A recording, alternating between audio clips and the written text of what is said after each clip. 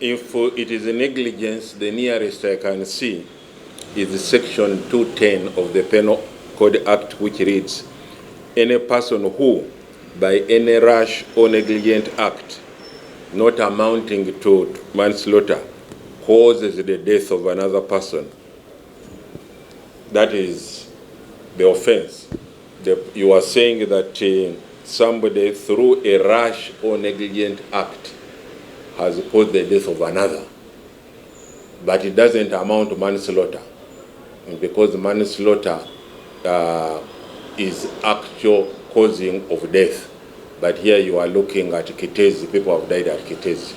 So I believe that this negligent act being discussed is what is prohibited by section 210 of the Penal Code Act. Now, of course, when you go to court, you have to prove certain acts that you did this and it amounts to a negligent act. So what then are the acts said to be? From what I can perceive is that the authorities in the KCCA went ahead with the Kitezi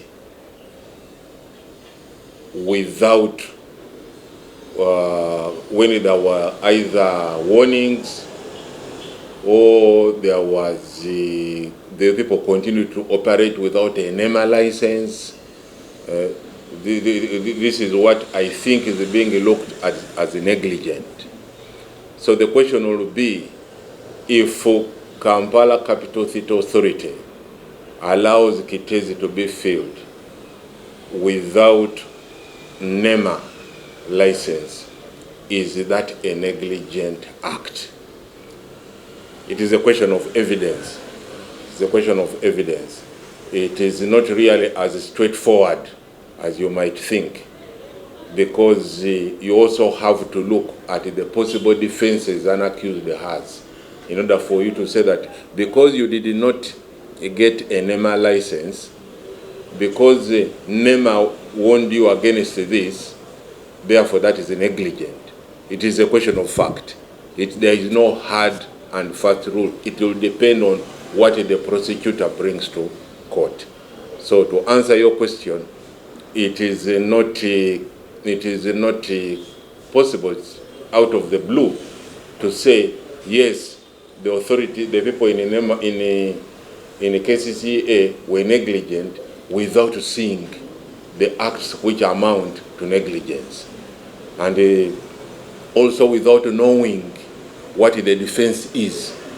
Because you can say I've acted negligently when it is not within my responsibility to do that. So yes, there is an offense of that, but I don't think we have sufficient now to say categorically that this offense, that there is sufficient evidence to establish this offense. We don't yet have that. I think we'll have to look at the IGG's report in order to discern and say, oh yes, she did this, she did this, she didn't do this, she didn't do this. Then we can say yes, it amounts to a negligent act. Should this be considered a negligent act? What punishments are applied? Well, according to the law here, you can go to prison for a term not exceeding 7 years, or you can pay a fine of 168 currency points. Now, 168 currency points means that you have to go to the end of the act to find out what a currency point is. Let me just check it out.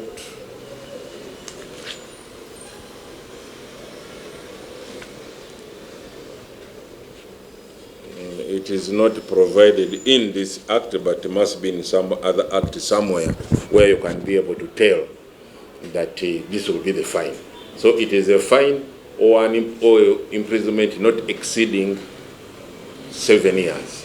That is the fine. The executive director is covered by Section 28 of the Kampala Capital City Act.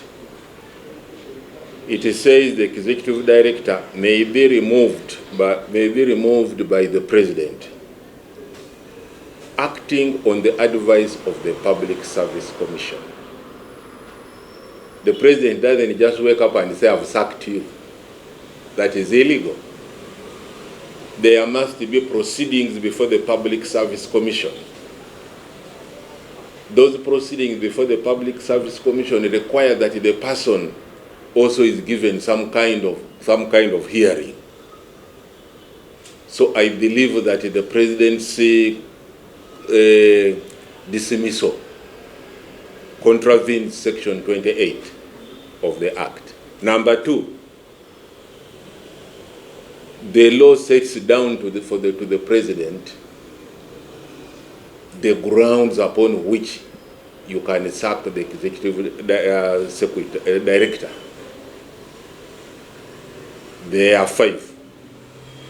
1, inability to perform your functions arising from infirmity of body or mind. In other words, you are unable to carry out your functions because you are sick. You are bedridden. You can't walk into KCCA. Then the president can sack you. That's the first ground. Number 2, misbehavior or misconduct. You are misbehaving or you are misconducting yourself. You are a person of high caliber, but your misconduct is you are spending so much time in bars, getting drunk, abusing people. That is it. Misconduct. That's the second ground. Number 3, incompetence. You are not competent in the work you are doing. And then number 4, corruption.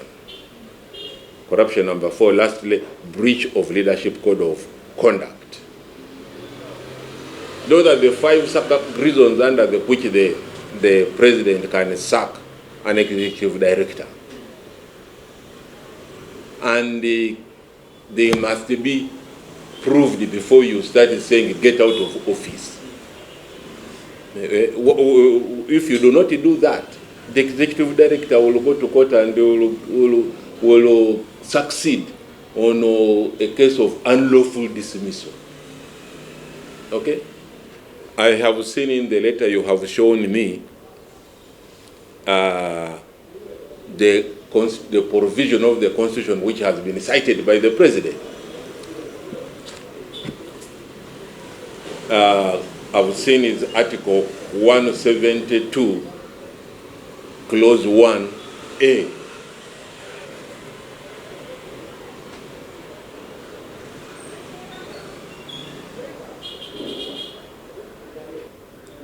Which gives the president power to appoint, including confirmation of appointment, exercise disciplinary control, or removal from office. So the president cites a provision which gives him power to remove these officers. But it must be done within the law.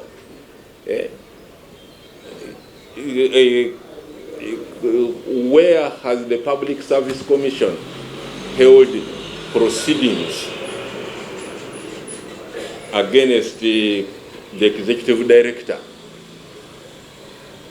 Do we have evidence the Public Service Commission have called her, listened to her side of the story, and then advised the president that we think this is a fit case for removal of the executive director?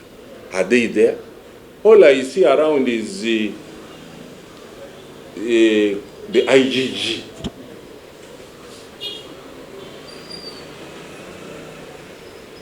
The law talks about the Public Service Commission. It doesn't talk about IGG. So I see a clear case of unlawful dismissal here. It's a clear case of unlawful dismissal. You have jumped. The president has jumped things which must be, because when the law says on recommendation, acting on the advice or recommendation, that must be done according to what the courts have interpreted. If the law says acting on the advice, then the president can only move when the Public Service Commission have said, we are advising you. It doesn't come from the president, it comes from the Public Service Commission. Okay? Yes, next question. Section 26. Section 26(2). The executive director shall be appointed by the president on the advice of the Public Service Commission. What does that now mean? I am saying, you know, Ugandans, you are very funny people. You see on social media people who are being lined up. I've seen Sijui, Nakalema, Mohozi, what, that these are in the race. The race is for what? The race is to go where? If the law says appointed by the president on the advice of the Public Service Commission, it means that the Public Service Commission will have to put out advert. People will make applications. They will be shortlisted. Interview will be held. Then out of that, they will now then recommend, advise the president and say, we have held interviews and so on. Now we think, we advise that you appoint so and so. That is the process. Huh? No other process. So any other thing, all those are illegalities. The president cannot appoint without the Public Service Commission giving him that advice.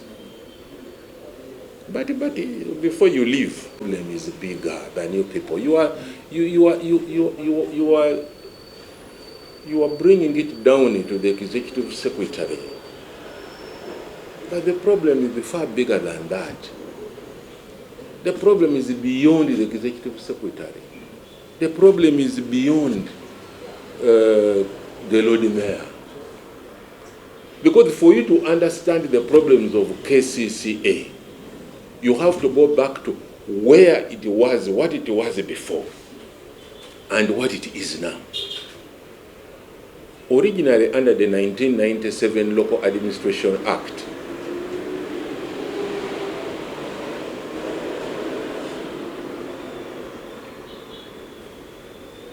a city was equated to a district.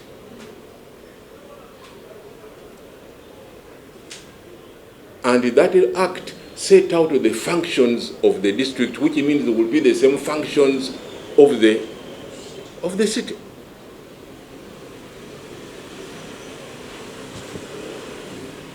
It was real decentralization which gave power to the councils and the mayor or the chairman, power to handle all these problems like Kitezi.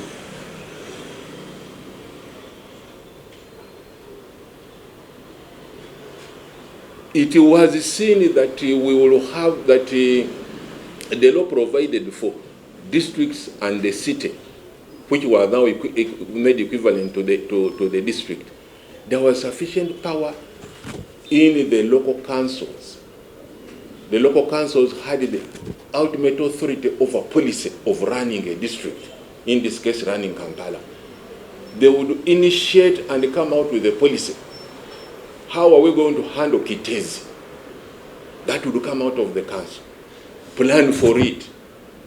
And then the executive committee would implement the decision of the council. We, the council of Kampala, have sat and decided this is how we are going to handle Kitezi. And then the executive committee would implement their decision on how to handle Kitezi. That is how we were running when we had power to the people, decentralized. Now, what did we do in 2011? No, in fact, 205. we amend the constitution to say Kampala shall be administered by the central government. Originally, the constitution shall be administered by the central government wasn't there. But in 2005, we amend the constitution to now say Kampala shall be administered by the central government. And because of that, we now pass a law of how Kampala will be run. In other words, we are now moving away from the Local Government Act, which gave a lot of power to the council and the chairman, who in this case is the mayor, to solve the problems of Kampala. We are now running that away, and because of this amendment of the constitution, what do we now do in this act? We introduce the office of executive director.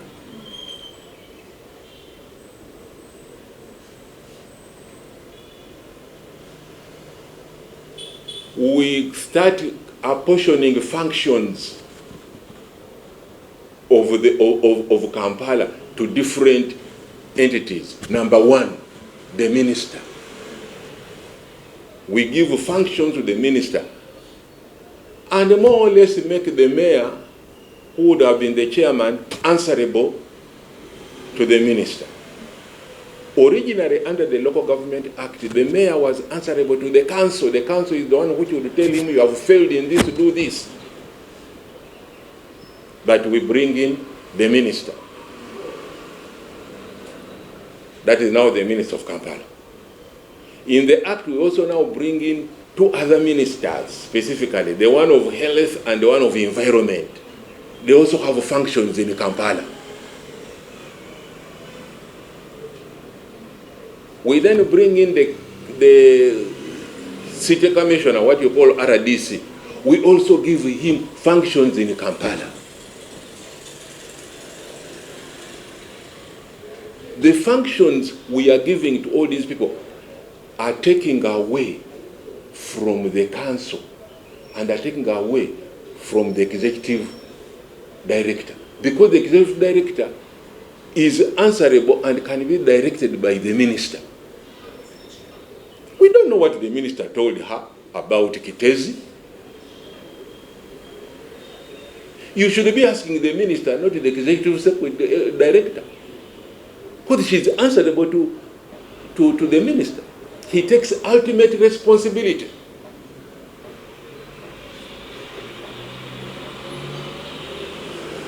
So, if you are taking away power from the people, because the council are the elected people, and investing them in government functionaries, like a minister of Kampala, minister of health, minister of environment. By the way, since the act even talks about the minister of environment, Kitezi is about the environment. Where is that minister of environment? Why are you hanging these people? Eh? You are looking for scapegoats. Go to the people who ultimately are responsible for this Kitezi mess. Section 5 of the Kampala Capital City Act.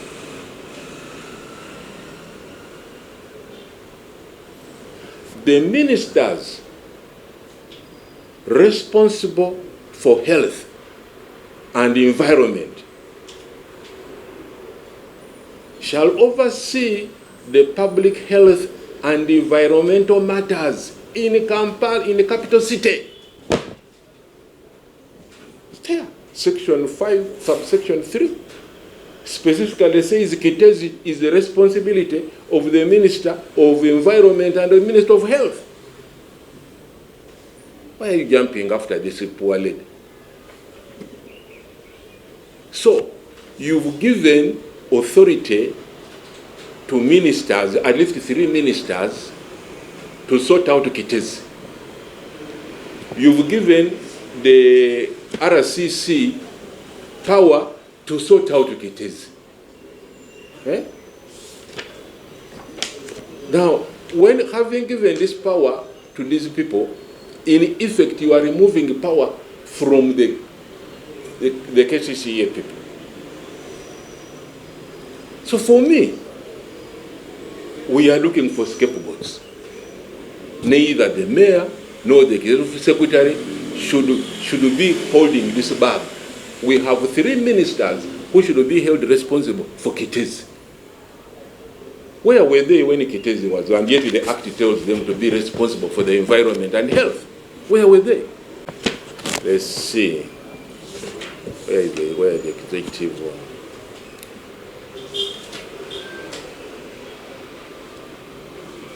The law provides for appointment of the executive director.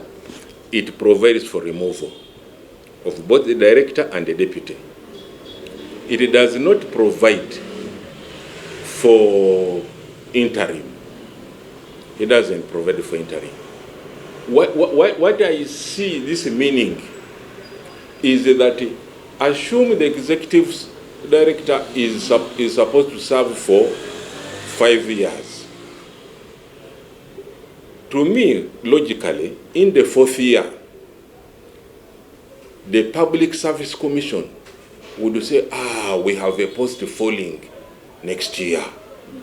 We had better advertise and advise the president in a time, so that as this term is ending, you have another person ready to move in. In fact, to be handed over by the incumbent. Okay? These ideas of yours of interim, you are creating the law yourself about these interim things. If you go by the law, you wouldn't remove the executive director, deputy director, because the conditions are not fulfilled. So if you followed the law, the question of interim would not arise at all.